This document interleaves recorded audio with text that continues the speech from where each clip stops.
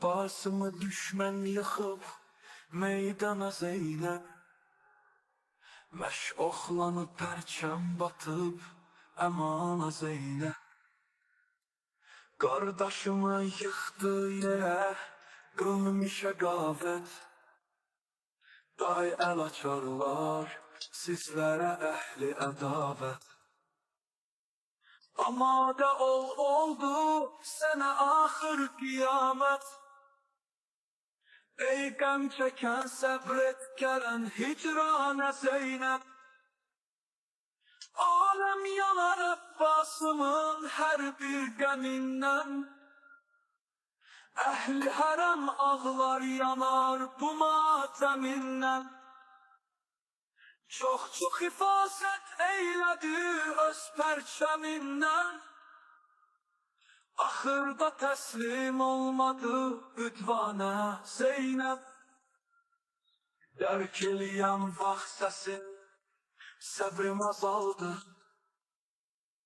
Qəlbim alovlandı, mənim rəngim saraldı. Qardaşımın gül peykəri sinəmdə qaldı. Qurban olum mən eylə bir qurbanə Zeynep.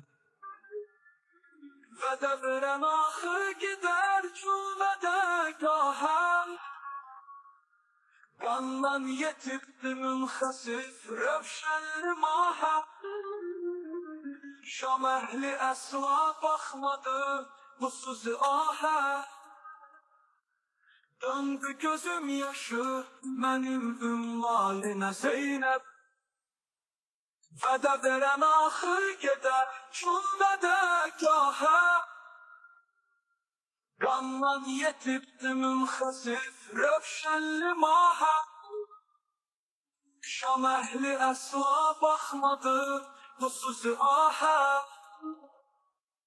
Döndü gözüm yaşı mənim ümmalinə Zeynep. Oh vurdular meşkə, axıb yerdə əmanət. Əbbasıma ol haldə oldu qiyamət. Teşnə qalan validən çəkdi xəcalət. Yandı uşaqlar ateşi Suzanə Zeynep. Atdan düşəndə qardaşım qəlbim sıxıldı. Birdən dedim ey vay evim Allah yıxıldı. Qan gəldi başdan gül üzən eylim yıxıldı.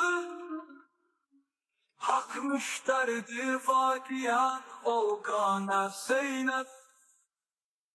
Məktəldə aldım nəşini cəllad əlindən.